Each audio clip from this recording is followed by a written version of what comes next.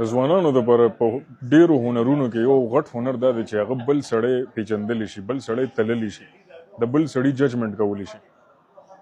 ځکه چې نور سړو سره به زمونږ یارانه دوستانه راځي، نور سړو سره به زمونږ کاروبار راځي، نور سړو سره به زمونږ رشتې راځي.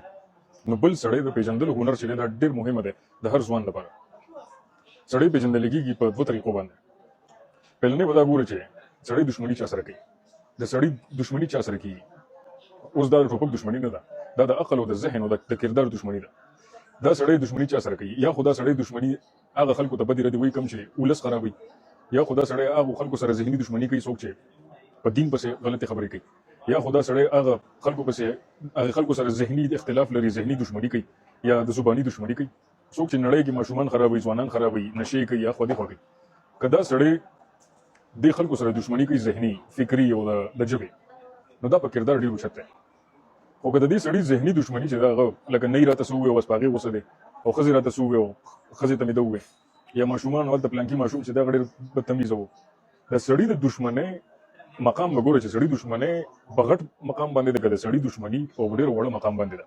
که هغه په وړو وړو خبره خلکو سره دښمني کوي، په وړو وړو خبرو چا کنځلې وکړي، ښځو باندې زور ور دی، یا نه یې ورته څه ووایي، یا په یو ځای کې کېناستې یا چا ورته د واده ونوي او په زړه کې یې واچوله. د دې نه پوه شئ دا خبرې به تاسو ته ځوانان کوي کله نه کله په ژوند کې چې د ده دښمني د کردار مقام ډېر زیات لاندې دی. نو داسې سړي نه به ځان ساتئ، ځکه چې داسې سړی سبا ستا نه به هم یو غلطه خبره وشي، په غلطۍ کې تا نه به هم یو حرکت وشي، هغه به تا سره دښمني شروع کړي، ستا په یارۍ دوستۍ باندې به اوبه تېرې شي، ستا په رشتې باندې، ستا په کاروبار باندې. دویم شی په سړي کې کتل چې وي هغه حسد کتل وي. حسد دا شی دی که تا ملګری ډاکټر دی، د هغې ملګري مخامخ ته د بل ډاکټر تعریف وکړه. که ملګری د انجینر دی هغه مخامخ بل انجینر تعریف وکړه. ملګری د باډي بلډر دی هغه مخامخ د بل باډي بلډر تعریف وکړه. ملګری د ډېر ښایسته اشپز دی، ډېر ښایسته پخلی کوي، دغه مخامخ د بل چا د لاس پخلی تعریف وکړه. که ده ته همدې راواچولو او د ده ریاکشن نیګیټیو، پوه شه چې دې سړي کې حسد ډېر زیات دی.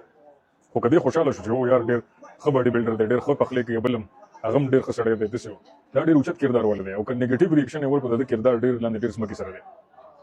دا دوه شیونه که تاسو په سړو کې پېژندل او کتل هم شروع کړئ، نه به تاسو د ډېرو دوکو نه به خلاص شئ، د ډېر بې وفایۍ نه به خلاص شئ، د هر قسمه د سړو طرف نه چې کومې ستونزې تاسو ته راځي هغې نه به تاسو خلاص شئ. خدای په امان.